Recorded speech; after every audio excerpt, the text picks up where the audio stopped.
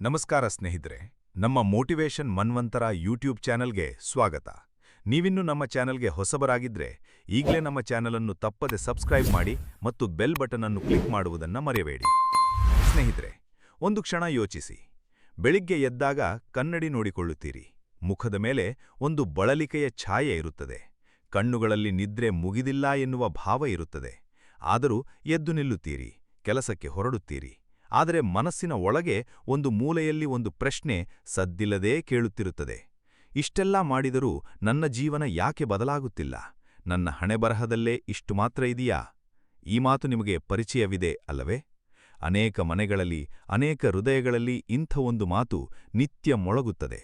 ಪರೀಕ್ಷೆಯಲ್ಲಿ ಫೇಲಾದ ವಿದ್ಯಾರ್ಥಿ ನನ್ನ ಹಣೆಬರಹದಲ್ಲಿ ಓದು ಇಲ್ಲ ಎನ್ನುತ್ತಾನೆ. ವ್ಯಾಪಾರದಲ್ಲಿ ನಷ್ಟ ಅನುಭವಿಸಿದ ವ್ಯಕ್ತಿ ನನ್ನ ಕೈಗೆ ಹಣ ಹತ್ತುವ ಯೋಗ ಇಲ್ಲ ಎಂದು ನಿಟ್ಟುಸಿರು ಬಿಡುತ್ತಾನೆ. ಮದುವೆಯಾಗದ ಹುಡುಗಿ ನನ್ನ ಭಾಗ್ಯದಲ್ಲೇ ಸುಖ ಇಲ್ಲ ಎಂದು ಕಣ್ಣೀರು ಮಿಡಿಯುತ್ತಾಳೆ. ಅನಾರೋಗ್ಯದಿಂದ ಬಳಲುತ್ತಿರುವ ಮನುಷ್ಯ ಇದು ನನ್ನ ಕರ್ಮ ಎಂದು ಒಳಗೆ ಕುಸಿಯುತ್ತಾನೆ. ಈ ನೋವಿನ ಮಾತುಗಳ ಹಿಂದೆ ಒಂದು ದೊಡ್ಡ ತಪ್ಪು ತಿಳಿವಳಿಕೆ ಅಡಗಿದೆ. ಅದೇನೆಂದರೆ, ಹಣೆಬರಹ ಎಂಬುದು ಬ್ರಹ್ಮ ಬರೆದ ಕಲ್ಲಿನ ಮೇಲಿನ ಅಕ್ಷರ. ಅದನ್ನು ಯಾರೂ ಬದಲಾಯಿಸಲಾರರು. ಆದರೆ ನಿಜವಾಗಿಯೂ ಹಾಗಿದೆಯೇ? ಈ ಒಂದು ಪ್ರಶ್ನೆಗೆ ಉತ್ತರ ಹುಡುಕುವ ಪ್ರಯಾಣವನ್ನು ನಾವೆಂದು ಮಾಡಲಿದ್ದೇವೆ. ನಮ್ಮ ಶಾಸ್ತ್ರಗಳು, ಪುರಾಣಗಳು, ಮಹಾಭಾರತ, ಭಗವದ್ಗೀತೆ ಇವು ಕೇವಲ ಕಥೆಗಳಲ್ಲ. ಇವು ಬದುಕಿನ ಸತ್ಯಗಳನ್ನು ಸಾಂಕೇತಿಕ ಭಾಷೆಯಲ್ಲಿ ಹೇಳಿದ ಜ್ಞಾನ ಭಂಡಾರಗಳು. ಅದರಲ್ಲಿ ಹಣೆಬರಹ ಎಂಬ ವಿಷಯವನ್ನು ಅತ್ಯಂತ ಸ್ಪಷ್ಟವಾಗಿ, ಆಳವಾಗಿ ವಿವರಿಸಲಾಗಿದೆ. ಮನುಷ್ಯನಿಗೆ ದೇವರು ಕೊಟ್ಟ ಅಮೂಲ್ಯ ಉಡುಗೊರೆ ಯಾವುದಾದರೂ ಇದ್ರೆ ಅದು ಹಣವಲ್ಲ, ಅಧಿಕಾರವಲ್ಲ, ಸೌಂದರ್ಯವಲ್ಲ. ಅದು ಪ್ರಯತ್ನಿಸುವ ಶಕ್ತಿ, ಅಂದ್ರೆ ತನ್ನ ಹಣೆಬರಹವನ್ನು ತಾನೇ ಮರುಬರೆಯಬಲ್ಲ ಶಕ್ತಿ. ಆದರೆ ಈ ಸತ್ಯ ಅರ್ಥವಾಗಬೇಕಾದ್ರೆ ಮೊದಲು ಹಣೆಬರಹ ಎಂದರೇನು ಎಂದು ತಿಳಿದುಕೊಳ್ಳಬೇಕು. ಅದರ ಹಿಂದಿನ ತತ್ವವೇನು ಎಂಬುದನ್ನು ಅರ್ಥಮಾಡಿಕೊಳ್ಳಬೇಕು. ನಮ್ಮ ಹಿರಿಯರು ಒಂದು ಮಾತು ಹೇಳುತ್ತಿದ್ರು, ಬ್ರಹ್ಮ ಬರೆದ ಬರಹ ತಪ್ಪಲಾರದು. ಈ ಮಾತನ್ನು ಕೇಳಿ ಅನೇಕರು ಕೈಕಟ್ಟಿ ಕುಳಿತರು, ಪ್ರಯತ್ನ ಮಾಡುವುದನ್ನು ಬಿಟ್ಟರು. ಬ್ರಹ್ಮ ಹಾಗೆ ಬರೆದಿದ್ದಾನೆ, ಆಗೇ ಆಗುತ್ತದೆ ಎಂದು ಸೋಮಾರಿಗಳಾದರು.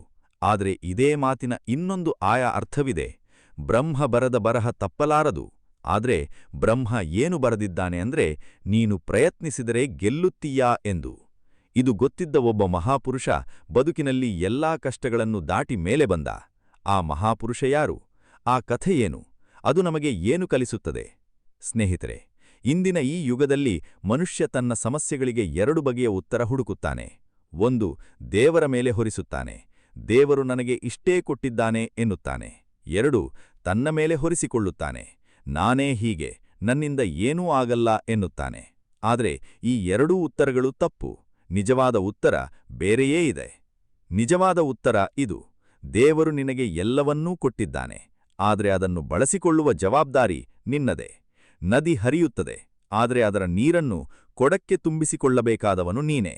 ಸೂರ್ಯ ಬೆಳಗುತ್ತಾನೆ, ಆದರೆ ಕಿಟಕಿ ತೆರೆಯುವ ಕೆಲಸ ನಿನ್ನದು. ಭೂಮಿ ಫಲ ಕೊಡುತ್ತದೆ, ಆದರೆ ಬೀಜ ಬಿತ್ತಬೇಕಾದವನು ನೀನೇ. ನಮ್ಮ ಜೀವನದಲ್ಲಿ ಇಂದು ಏನಾಗಿದೆ ಅಂದ್ರೆ, ಕಷ್ಟ ಬಂದಾಗ ಹಣೆಬರಹ ಎನ್ನುತ್ತೇವೆ, ಸುಖ ಬಂದಾಗ ನನ್ನ ಚಾಣಾಕ್ಷತೆ ಎನ್ನುತ್ತೇವೆ. ಇದು ಸ್ಪಷ್ಟವಾದ ದ್ವಂದ್ವ. ಈ ದ್ವಂದ್ವವನ್ನು ತೊಡೆದು ಹಾಕಲು ನಮ್ಮ ಪೂರ್ವಜರ ಜ್ಞಾನ, ಪುರಾಣದ ಸಾಕ್ಷ್ಯಗಳು ಮತ್ತು ಶ್ರೀಕೃಷ್ಣನ ಉಪದೇಶ ನಮಗೆ ದಾರಿ ತೋರಿಸುತ್ತವೆ. ಒಂದು ಮಗು ಹುಟ್ಟಿದಾಗ ಅದರ ಕೈಗೆ ಒಂದು ಅಗೋಚರ ಕೀ ಕೊಡಲಾಗಿರುತ್ತದೆ. ಆ ಕೀ ಯಾವ ಬೀಗ ತೆರೆಯುತ್ತದೆ ಎಂಬುದು ಅದರ ಕರ್ಮ, ಸಂಸ್ಕಾರ ಮತ್ತು ಪ್ರಯತ್ನದ ಮೇಲೆ ಅವಲಂಬಿಸಿರುತ್ತದೆ. ದೇವರು ಕೀ ಕೊಡುತ್ತಾನೆ ನಿಜ, ಆದರೆ ಯಾವ ಬಾಗಿಲಿಗೆ ಹಾಕಬೇಕು ಎಂದು ತೀರ್ಮಾನಿಸುವವನು ನೀನೇ.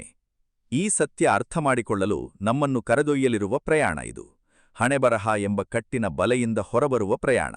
ಪ್ರಯತ್ನ ಎಂಬ ಅಮೋಘ ಆಯುಧವನ್ನು ಕೈಗೆ ತೆಗೆದುಕೊಳ್ಳುವ ಪ್ರಯಾಣ.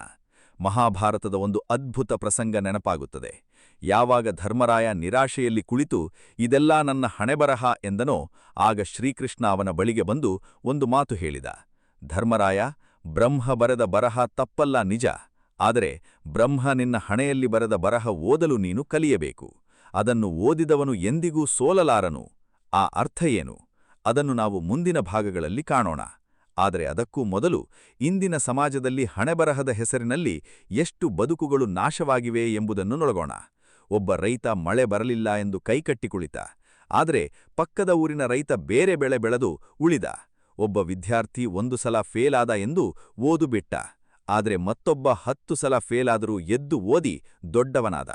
ಒಬ್ಬ ಉದ್ಯೋಗಿ ಸಂಬಳ ಕಡಿಮೆ ಎಂದು ಗೊಣಗಿದ, ಆದರೆ ಮತ್ತೊಬ್ಬ ಅದೇ ಸಂಬಳದಲ್ಲಿ ಉಳಿತಾಯ ಮಾಡಿ ಮನೆ ಕಟ್ಟಿದ. ವ್ಯತ್ಯಾಸ ಎಲ್ಲಿ? ಹಣಬರಹದಲ್ಲಲ್ಲ, ಪ್ರಯತ್ನದಲ್ಲಿ. ಆದರೆ ಈ ಮಾತನ್ನು ಕೇಳಿ ಇದೆಲ್ಲ ಸುಲಭ ಹೇಳಲಿಕ್ಕೆ ಎಂದು ಮನಸ್ಸು ಹೇಳಬಹುದು. ನಿಜ, ಕಷ್ಟ ಇದೆ. ಆದರೆ ಕಷ್ಟ ಇದ್ದಾಗ ದೇವರು ಶಕ್ತಿ ಕಡಿಮೆ ಮಾಡುವುದಿಲ್ಲ, ಬದಲಾಗಿ ಶಕ್ತಿ ಕೊಡಲು ಕಾಯುತ್ತಿರುತ್ತಾನೆ.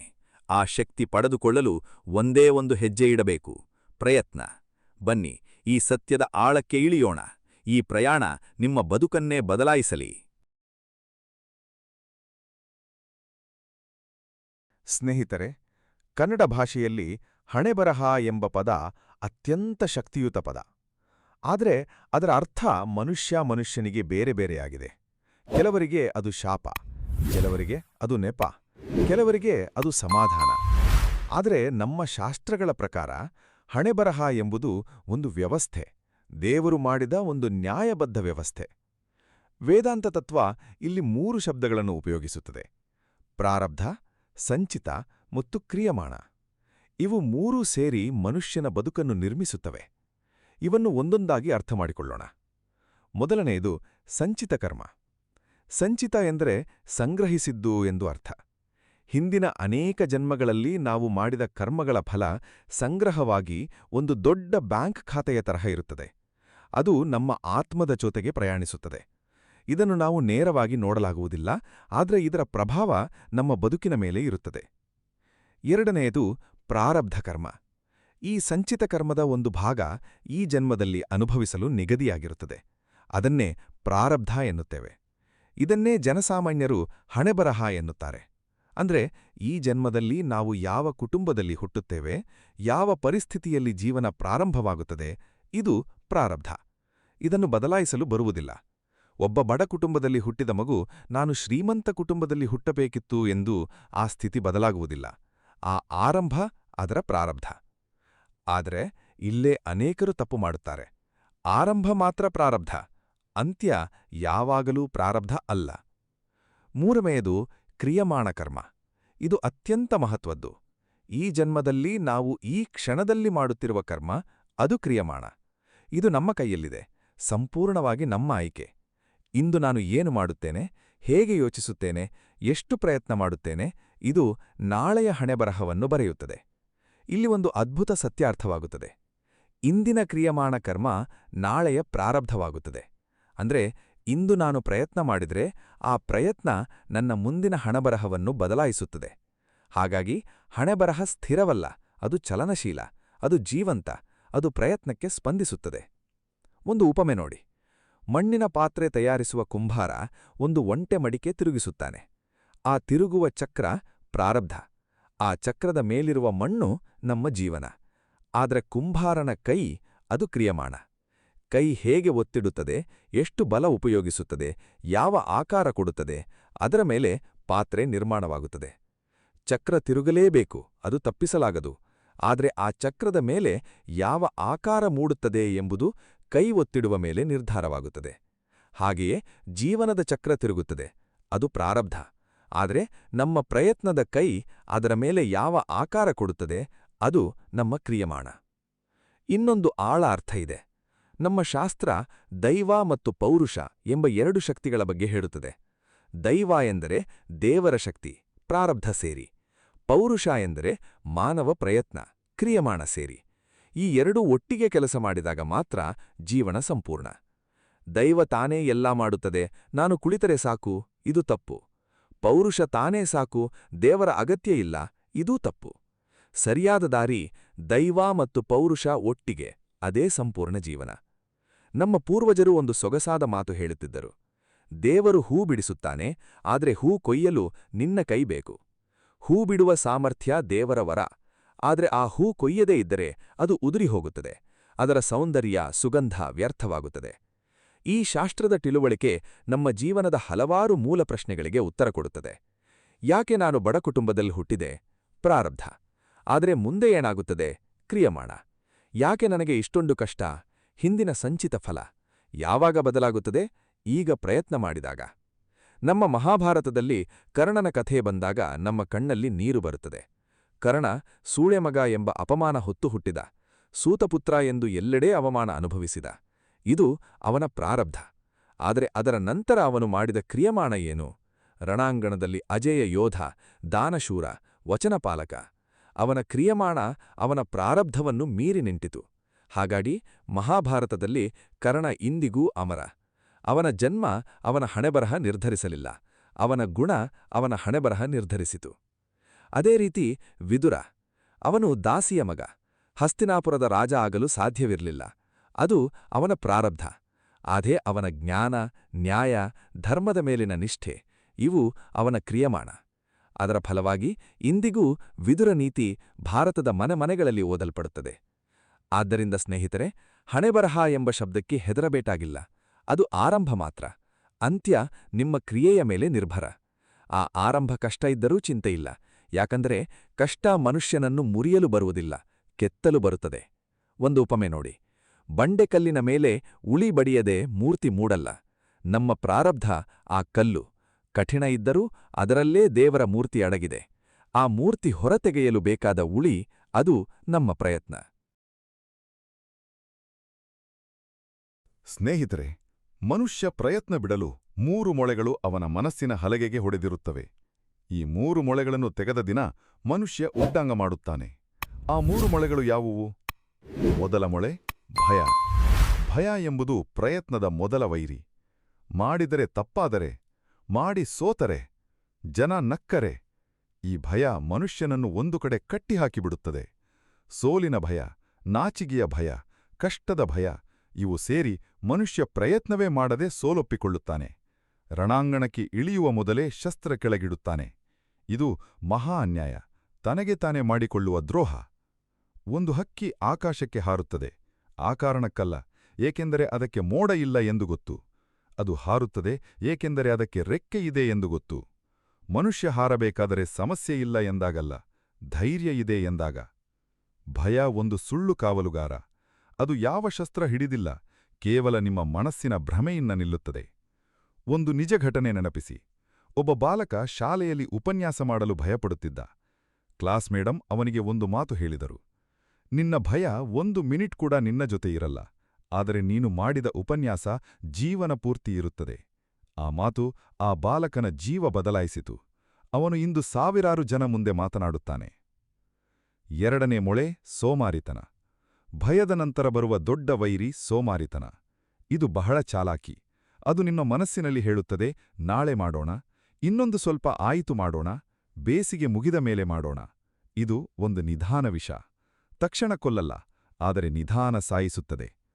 ಪಂಚತಂತ್ರದ ಒಂದು ಕಥೆಯಿದೆ. ಒಂದು ಕಪ್ಪೆ ನೀರಿನ ಕೊಡದಲ್ಲಿ ಕುಳಿತಿತ್ತು. ಕ್ರಮೇಣ ಆ ನೀರು ಕಾಯಿಸಲಾಯಿತು. ಆದರೆ ಕಪ್ಪೆ ಒಂದೊಂದೇ ಡಿಗ್ರಿ ಹೆಚ್ಚಾಗುತ್ತಿದ್ದ ಉಷ್ಣತೆಯನ್ನು ಗಮನಿಸದೆ ಅಲ್ಲೇ ಕುಳಿತು ಕೊನೆಗೆ ಮಡಿಯಿತು. ಸೋಮಾರಿತನ ಇದೇ ರೀತಿ. ಅದು ನಿಧಾನ ಬದುಕಿನ ಉತ್ಸಾಹವನ್ನು ಕಸಿದುಕೊಳ್ಳುತ್ತದೆ. ಒಂದು ದಿನ ಮನುಷ್ಯ ಯೋಚಿಸುತ್ತಾನೆ, ಅಯ್ಯೋ, ಎಷ್ಟು ವರ್ಷ ಹೋಗಿಬಿಟ್ಟಿತು. ಆಗ ತಡವಾಗಿರುತ್ತದೆ. ಆದರೆ ಇಂದಿನ 1 ಹೆಜ್ಜೆ ನಾಳಿನ 100 ಹೆಜ್ಜೆ ತಪ್ಪಿಸುತ್ತದೆ. 3ನೇ ಮೊಳೆ ಇತರರ ಮಾತು. ನಿನ್ನಿಂದ ಏನೂ ಆಗಲ್ಲ, ನಿನ್ನ ಸ್ಥಿತಿಯಲ್ಲಿ ಇದೆಲ್ಲ ಸಾಧ್ಯವಿಲ್ಲ, ಜಾತಿ ಹೀಗಿದೆ, ಮನೆ ಹೀಗಿದೆ, ಸಮಾಜ ಒಪ್ಪಲ್ಲ. ಇಂತಹ ಮಾತುಗಳು ಮನುಷ್ಯನ ಪ್ರಯತ್ನದ ಬೀಜ ಮೊಳಕೆಯೊಡೆಯುವ ಮೊದಲೇ ಕಿತ್ತು ಹಾಕುತ್ತವೆ. ಸಮಾಜ ಯಾವಾಗಲೂ ಹೊಸ ಕನಸು ಕಾಣುವವರ ಮೇಲೆ ತನ್ನ ಅಭಿಪ್ರಾಯ ಹೇಳುತ್ತದೆ. ಹೊಸದಾರಿ ಹಿಡಿದವನ ಮೇಲೆ ಕಲ್ಲು ತೂರಾಟ ಮಾಡುತ್ತದೆ. ಆದರೆ ಒಂದು ಸತ್ಯ ನೋಡಿ. ರಾಮಕೃಷ್ಣ ಪರಮಹಂಸರವರ ಬಗ್ಗೆ ಜನ ಹೇಳಿದರು, ಹುಚ್ಚ. ಸ್ವಾಮಿ ವಿವೇಕಾನಂದರ ಬಗ್ಗೆ ಹೇಳಿದರು, ಬೀದಿ ಸನ್ಯಾಸಿ. ಡಾಕ್ಟರ್ ಅಂಬೇಡ್ಕರ್ ಅವರ ಬಗ್ಗೆ ಹೇಳಿದರು, ಈ ಜಾತಿಯ ಮನುಷ್ಯ ಇಷ್ಟು ಓದಬಾರದು. ಆದರೆ ಈ ಮಹಾನ್ ವ್ಯಕ್ತಿಗಳು ಸಮಾಜದ ಮಾತಿಗೆ ತಲೆಬಾಗಲಿಲ್ಲ. ಅವರು ತಮ್ಮ ಒಳಗಿನ ಕರೆಗೆ ಕಿವಿಕಟ್ಟರು. ಅದರ ಫಲ ಇಂದು ಇತಿಹಾಸ. ಈ 3 ಮೊಳೆಗಳು ಭಯ, ಸೋಮಾರಿತನ, ಇತರರ ಮಾತು ಇವು ಮನುಷ್ಯನ ಪ್ರಯತ್ನ ಬಿಡಿಸುವ ತ್ರಿಕೋಣ.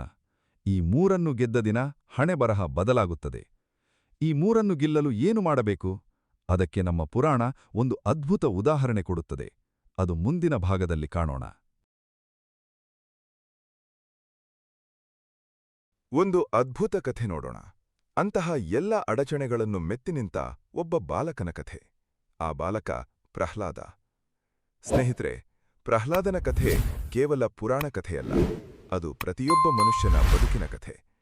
ಅವನ ಕಥೆ ಇಂದಿಗೂ ಎಷ್ಟು ಪ್ರಸ್ತುತ ಎಂದರೆ, ನಮ್ಮ ಮನೆಯಲ್ಲಿ, ಆಫೀಸ್ನಲ್ಲಿ, ಸಮಾಜದಲ್ಲಿ ಅನೇಕ ಪ್ರಹ್ಲಾದರಿದ್ದಾರೆ. ಹಿರಣ್ಯಕಶಿಪು ಅಹಂಕಾರದ ಪ್ರತಿಮೆ. ಅವನು ರಾಕ್ಷಸ ರಾಜ. ಅವನ ಅಹಂಕಾರ ಆಕಾಶ ಮುಟ್ಟಿತ್ತು. ಬ್ರಹ್ಮದೇವರಿಂದ ವರ ಪಡೆದಿದ್ದ. ಮನುಷ್ಯನಿಂದಲ್ಲ, ಪ್ರಾಣಿಯಿಂದಲ್ಲ, ಹಗಲಿನಲ್ಲಲ್ಲ, ರಾತ್ರಿಯಲ್ಲಲ್ಲ, ಮನೆಯಲ್ಲಲ್ಲ, ಹೊರಗೆಯಲ್ಲ, ಶಸ್ತ್ರದಿಂದಲ್ಲ, ಯಾರಿಂದಲೂ ಸಾಯುವ ಭಯವಿಲ್ಲ ಎಂದು. ಇಷ್ಟು ಶಕ್ತಿ ಇದ್ದ ಮೇಲೆ ಅವನು ತನ್ನನ್ನು ಭಗವಂತ ಎಂದು ಘೋಷಿಸಿಕೊಂಡ. ಇಂತಹ ಅಪ್ಪನ ಮಗ ಪ್ರಹ್ಲಾದ. ಅಸುರಕುಲದಲ್ಲಿ ಹುಟ್ಟಿದ ಮಗು ವಿಷ್ಣುಭಕ್ತ. ಇದು ಅವನ ಪ್ರಾರಬ್ಧ. ಅಸುರಕುಲದಲ್ಲಿ ಹುಟ್ಟಿ ಭಗವಂತನ ಭಕ್ತನಾಗಬೇಕು. ಇದಕ್ಕಿಂತ ದೊಡ್ಡ ವಿರೋಧ ಯಾವುದಿದೆ? ಅಪ್ಪ ಕೇಳಿದ, ಮಗನೇ, ಯಾರು ಶ್ರೇಷ್ಠ? ಪ್ರಹ್ಲಾದ ಹೇಳಿದ, ನಾರಾಯಣ.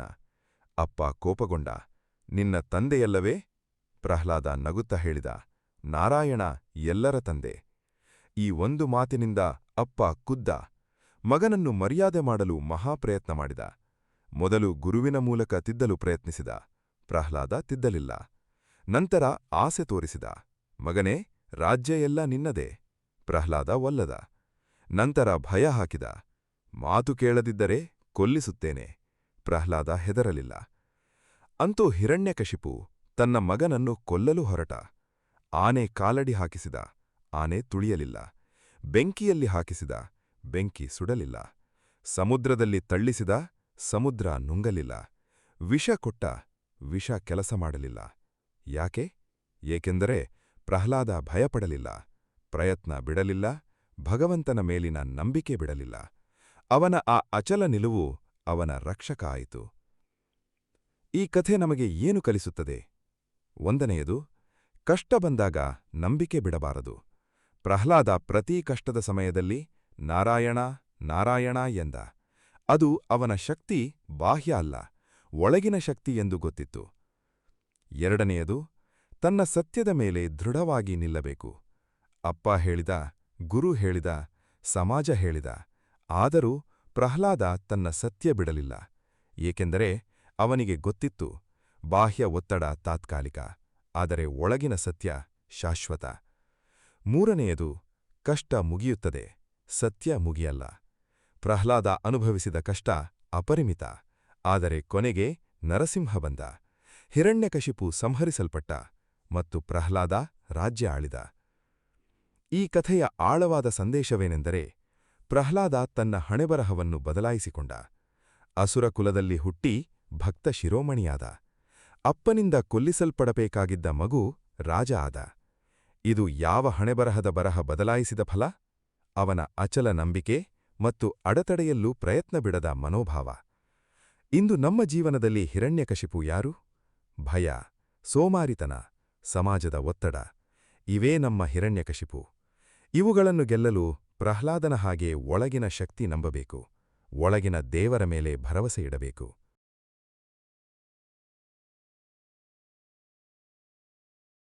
ಮತ್ತೊಂದು ಮಹಾಪ್ರಯತ್ನಶೀಲ ಕಥೆ ನೋಡೋಣ. ಏಕಲವ್ಯನ ಕಥೆ. ಇದು ಕೇವಲ ಬಿಲ್ಲುವಿದ್ಯೆಯ ಕಥೆಯಲ್ಲ, ಇದು ಪ್ರಯತ್ನ ಮಾತ್ರ ದೇವರ ಕೊಡುಗೆ ಎಂಬ ಸತ್ಯದ ಕಥೆ. ಏಕಲವ್ಯ ನಿಷಾದ ಕುಲದ ಮಗ. ಅವನ ಕಾಲದಲ್ಲಿ ನಿಷಾದ ಕುಲದ ಮಕ್ಕಳಿಗೆ ಕ್ಷತ್ರಿಯ ವಿದ್ಯೆ ಕಲಿಯುವ ಅವಕಾಶ ಇರಲಿಲ್ಲ. ಇದು ಅವನ ಪ್ರಾರಬ್ಧ. ಸಮಾಜ ಅವನ ವಿರುದ್ಧ ಇತ್ತು, ಕಾನೂನು ಅವನ ವಿರುದ್ಧ ಇತ್ತು, ಜಾತಿ ವ್ಯವಸ್ಥೆ ಅವನ ವಿರುದ್ಧ ಇತ್ತು. ಆದರೆ ಅವನ ಮನಸ್ಸಿನಲ್ಲಿ ಬಿಲ್ಲುವಿದ್ಯೆ ಕಲಿಯುವ ಒಂದು ಬೆಂಕಿ ಇತ್ತು. ಆ ಬೆಂಕಿ ಸಮಾಜ ಆರಿಸಲು ಪ್ರಯತ್ನಿಸಿತು, ಉರಿಯಿತು. ನಿರಾಕರಣೆ ಆರಿಸಲು ಪ್ರಯತ್ನಿಸಿತು, ಉರಿಯಿತು. ಹೆದರಿಕೆ ಆರಿಸಲು ಪ್ರಯತ್ನಿಸಿತು, ಉರಿಯಿತು. ದ್ರೋಣಾಚಾರ್ಯರ ಬಳಿ ಹೋದ. ನನಗೆ ಬಿಲ್ಲುವಿದ್ಯೆ ಕಲಿಸಿ ಎಂದ. ದ್ರೋಣಾಚಾರ್ಯ ನಿರಾಕರಿಸಿದರು.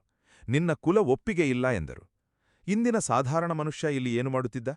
ನನ್ನ ಹಣೆಬರಹ ಹೀಗಿದೆ ಎಂದು ಮನೆಗೆ ಹಿರಿತ್ರಿ ಬರುತ್ತಿದ್ದ. ಆದರೆ ಏಕಲವ್ಯ? ಅವನು ಕಾಡಿಗೆ ಹೋದ. ದ್ರೋಣಾಚಾರ್ಯರ ಮಣ್ಣಿನ ಪ್ರತಿಮೆ ಮಾಡಿದ.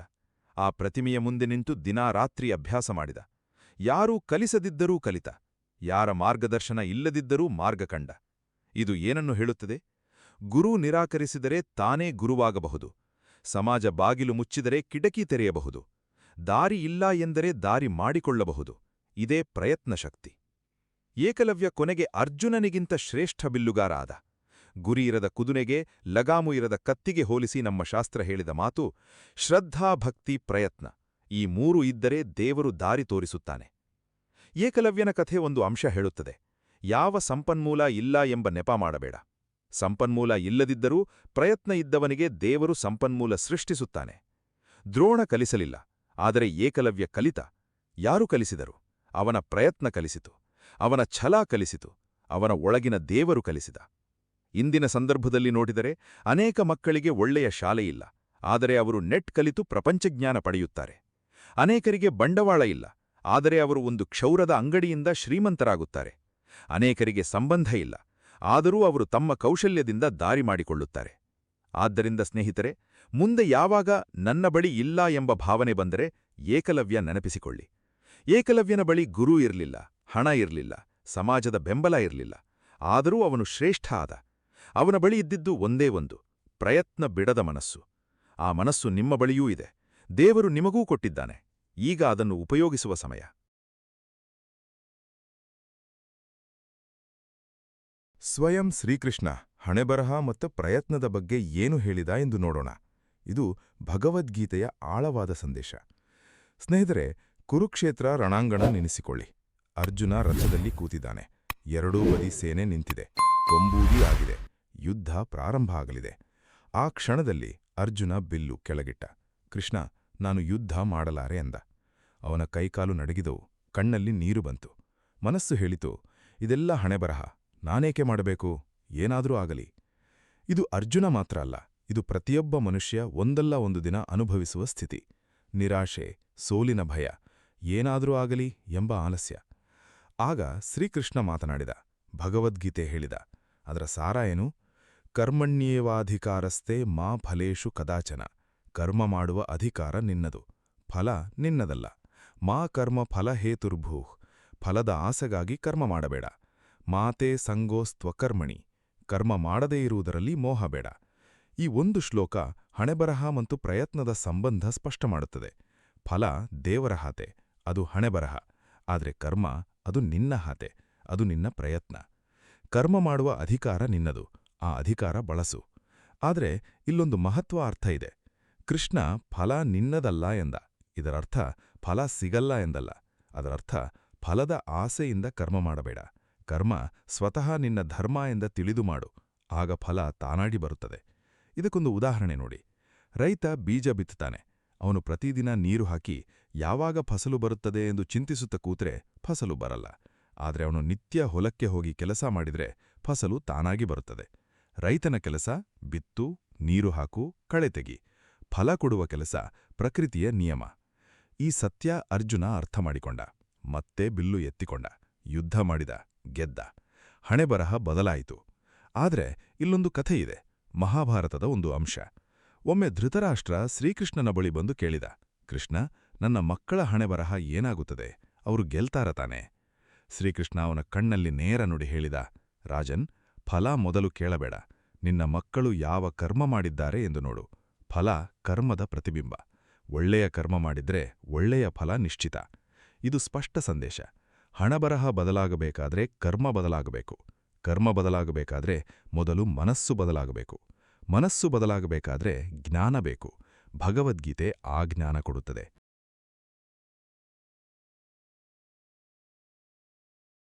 ಕೃಷ್ಣ ಅರ್ಜುನನಿಗೆ ಮತ್ತು ನಮಗೆ ಹಣೆಬರಹ ಬದಲಾಯಿಸಲು ಯಾವ 3 ಮಾರ್ಗಗಳಿವೆ ಎಂದು ಹೇಳಿದ ಎಂಬುದನ್ನು ನೋಡೋಣ. ಗೀತೆಯಲ್ಲಿ ಕೃಷ್ಣ 3 ಮಾರ್ಗ ಹೇಳಿದ: ಜ್ಞಾನಮಾರ್ಗ, ಕರ್ಮಮಾರ್ಗ ಮತ್ತು ಭಕ್ತಿಮಾರ್ಗ. ಇವು 3 ಒಂದೇ ಗುರಿ ತಲುಪುತ್ತವೆ.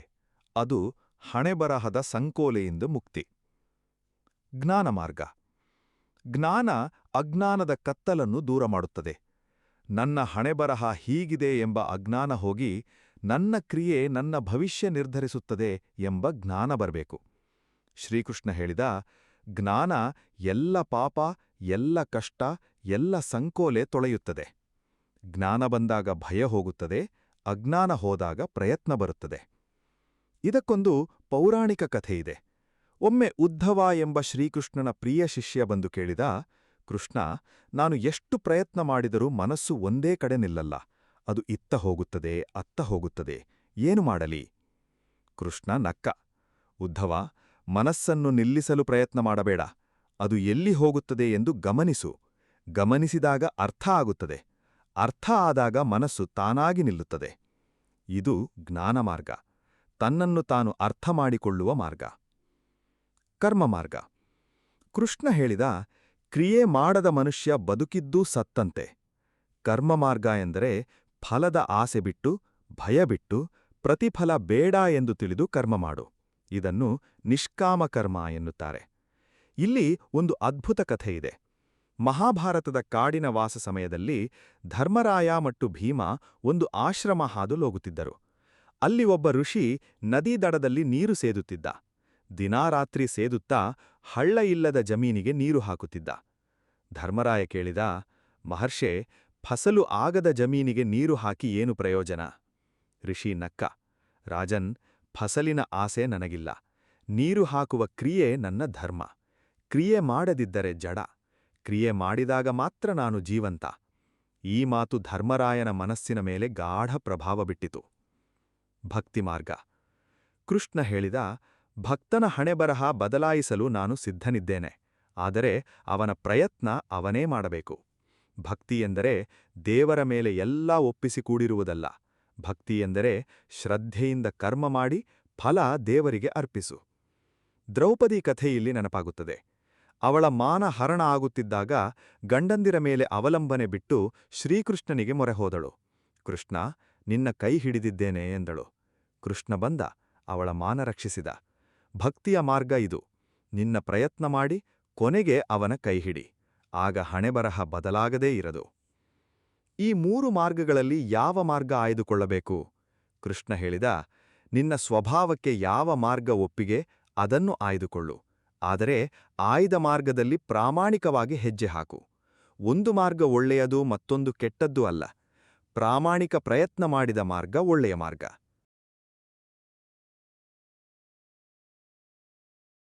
ಒಂದು ಅದ್ಭುತ ಕಥೆ ನೋಡೋಣ. ಸುಧಾಮ ಮತ್ತು ಕೃಷ್ಣ. ಇದು ಪ್ರಯತ್ನ ಮತ್ತು ದೇವರ ಕೃಪೆ ಒಟ್ಟಾದಾಗ ಏನಾಗುತ್ತದೆ ಎಂಬ ಕಥೆ. ಸ್ನೇಹಿತರೆ, ಸುಧಾಮ ಶ್ರೀಕೃಷ್ಣನ ಬಾಲ್ಯಮಿತ್ರ. ಇಬ್ಬರೂ ಒಟ್ಟಿಗೆ ಸಾಂದೀಪನಿ ಮಹರ್ಷಿ ಆಶ್ರಮದಲ್ಲಿ ಓದಿದರು.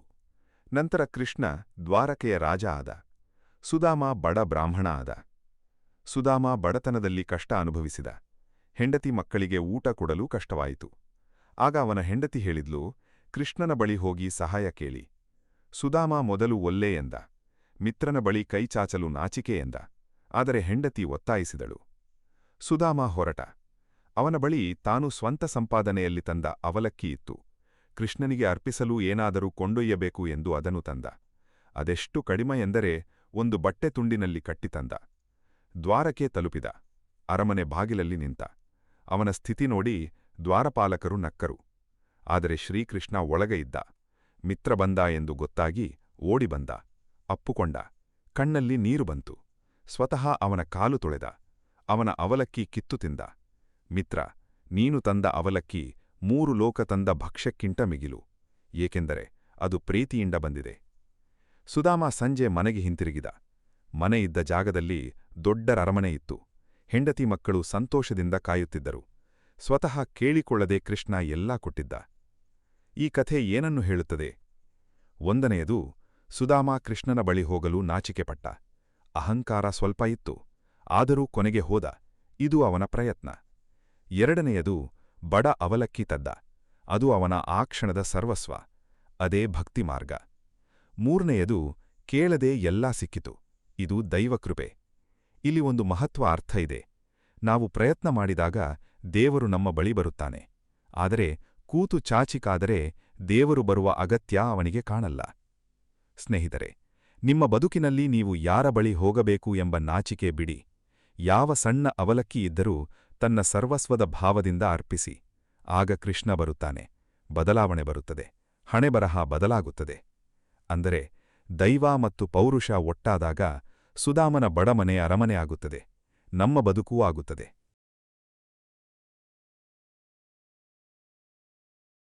ಈ ಸತ್ಯ ಇಂದಿನ ಜೀವನದಲ್ಲಿ ಹೇಗೆ ಅನ್ವಯವಾಗಿದೆ ಎಂಬುದನ್ನು ಪ್ರಯತ್ನದಿಂದ ಹಣೆಬರಹ ಬದಲಾಯಿಸಿಕೊಂಡ ಕೆಲವು ಮಹಾಜೀವಗಳ ಮೂಲಕ ನೋಡೋಣ. ಸ್ನೇಹಿತರೆ, ಇತಿಹಾಸ ನೋಡಿದರೆ ಒಂದು ಸತ್ಯ ಸ್ಪಷ್ಟ. ಮನುಷ್ಯ ತನ್ನ ಪ್ರಯತ್ನದಿಂದ ಹಣೆಬರಹ ಬದಲಾಯಿಸಿದ ಉದಾಹರಣೆ ಎಷ್ಟು ಬೇಕಾದರೂ ಸಿಗುತ್ತದೆ. Doctor B R. ಅಂಬೇಡ್ಕರ್ ಅವರ ಬದುಕು ನೋಡಿ. ಅವರ ಜಾತಿ, ಕಾಲ, ಸಮಾಜ ಇವೆಲ್ಲ ಅವರ ಪ್ರಾರಬ್ಧ ತುಂಬ ಕಷ್ಟ ಮಾಡಿಟ್ಟಿದ್ದವು. ಊರಿನ ಬಾವಿಯ ನೀರು ಕುಡಿಯಲು ಅವಕಾಶವಿರಲಿಲ್ಲ. ಶಾಲೆಯಲ್ಲಿ ಮೂಲೆಯಲ್ಲಿ ಕೂರಬೇಕಿತ್ತು. ಸಮಾಜ ಪ್ರತಿ ಹೆಜ್ಜೆಯಲ್ಲೂ ಅಪಮಾನ ಮಾಡಿತು. ಇದು ಅವರ ಪ್ರಾರಬ್ಧ. ಆದರೆ ಅವರ ಕ್ರಿಯಮಾಣ, ಅವರು ಓದಿದರು, ದಿನಾ ರಾತ್ರಿ ಓದಿದರು, ವಿದೇಶಕ್ಕೆ ಹೋಗಿ ಓದಿದರು, ಡಾಕ್ಟರೇಟ್ ಮಾಡಿದರು, ಭಾರತದ ಸಂವಿಧಾನ ಬರೆದರು. ಕೋಟ್ಯಾಂತರ ಜನ ಅವರ ಹೆಸರು ಕೃತಜ್ಞತೆಯಿಂದ ನೆನೆಯುತ್ತಾರೆ. ಅವರ ಪ್ರಾರಬ್ಧ ಅವರ ಅಂತ್ಯ ನಿರ್ಧರಿಸಲಿಲ್ಲ, ಅವರ ಕ್ರಿಯಮಾಣ ನಿರ್ಧರಿಸಿತು. ಮದರ್ ತೆರೇಸಾ ಅವರ ಕಥೆ ನೋಡಿ.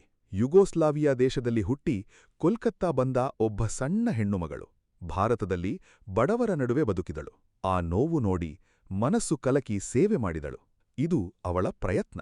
ಈ ಪ್ರಯತ್ನ ಕೊನೆಗೆ ನೊಬೆಲ್ ಶಾಂತಿ ಪ್ರಶಸ್ತಿ ತಂದುಕೊಟ್ಟಿತು, ಭಾರತರತ್ನ ತಂದುಕೊಟ್ಟಿತು. ಆದರೆ ಅವಳ ಗುರಿ ಇವ್ಯಾವುದೂ ಆಗಿರಲಿಲ್ಲ. ಅವಳ ಗುರಿ ಸೇವೆ. ಕ್ರಿಯೆ ಮಾಡಿದಳು, ಫಲ ಅವಳನ್ನೇ ಹುಡುಕಿ ಬಂತು. ಕನ್ನಗ ಮಣ್ಣಿನ ಮಗ ನಾಡಪ್ರಭು ಕೆಂಪೇಗೌಡ ನೋಡಿ.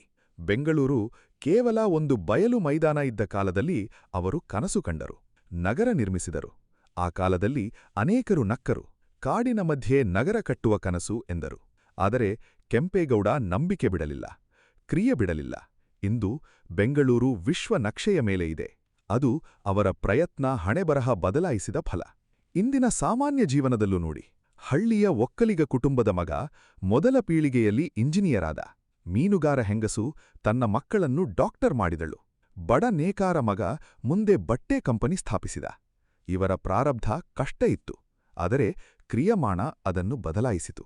ಆದ್ದರಿಂದ ಸ್ನೇಹಿತರೆ, ಯಾವ ಕಷ್ಟ ಇದ್ದರೂ, ಯಾವ ಪರಿಸ್ಥಿತಿ ಇದ್ದರೂ ಒಂದು ಮಾತು ನೆನಪಿಟ್ಟುಕೊಳ್ಳಿ: ಪ್ರಾರಬ್ಧ ಆರಂಭ ನಿರ್ಧರಿಸುತ್ತದೆ, ಕ್ರಿಯಮಾಣ ಅಂತ್ಯ ನಿರ್ಧರಿಸುತ್ತದೆ. ಅಂಬೇಡ್ಕರ್, ತೆರೇಸಾ, ಕೆಂಪೇಗೌಡ ಇವರು ಆ ಸತ್ಯ ಜೀವಿಸಿ ತೋರಿಸಿದರು. ನಿಮ್ಮ ಸರದಿ ಇನ್ನು.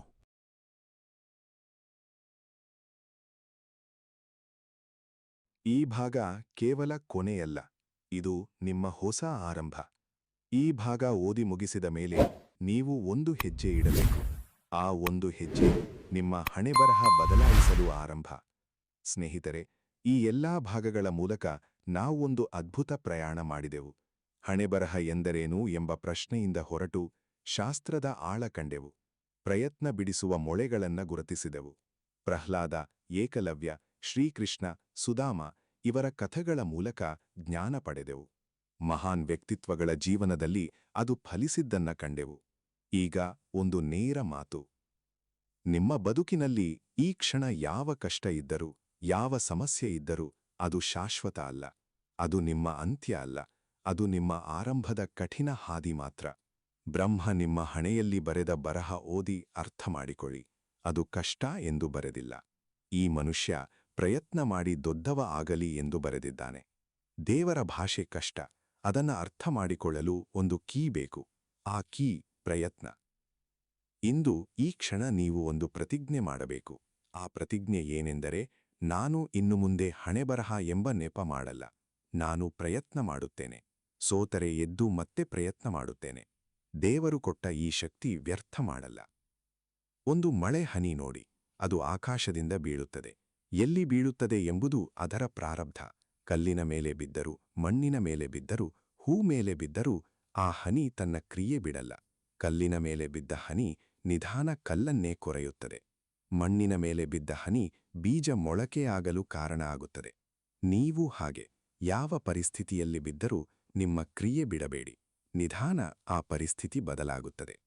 ಶ್ರೀಕೃಷ್ಣ ಗೀತೆಯ ಕೊನೆಯಲ್ಲಿ ಅರ್ಜುನನಿಗೆ ಹೇಳಿದ, ಯುದ್ಧ ಮಾಡು, ಗೆಲ್ಲಿ ಅಥವಾ ಸಾಯಿ, ಎರಡೂ ಸ್ವರ್ಗ ಕೊಡುತ್ತದೆ.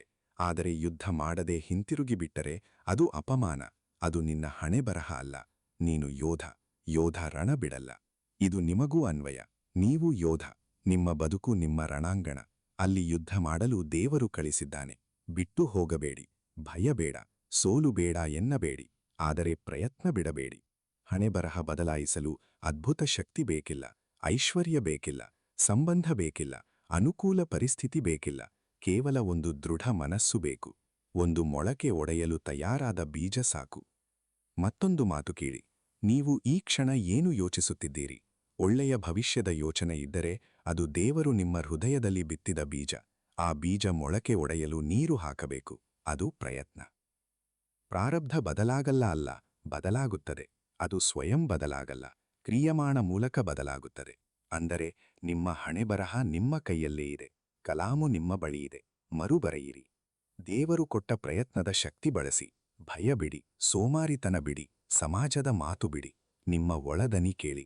ಆ ದನಿ ಹೇಳುತ್ತದೆ, ನೀನು ಮಾಡಬಲ್ಲೆ, ದೇವರು ನಿನ್ನ ಜೊತೆ ಇದ್ದಾನೆ. ಕೊನೆಯಾಗಿ ಒಂದು ಮಾತು.